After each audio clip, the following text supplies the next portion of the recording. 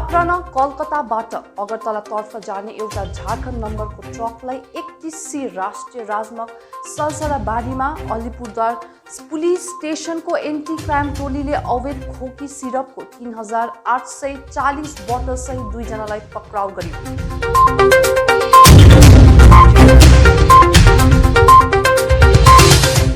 गोप्य सूत्रबाट थाहा पाएपछि अलिपुरद्वार पुलिस थानाको एन्टी क्राइम टोलीका सदस्यहरूले सलसलाबारीमा उक्त ट्रकलाई रोकेर छापा मार्दा उक्त अवैध नसालु कफ सिरप उद्धार गर्यो।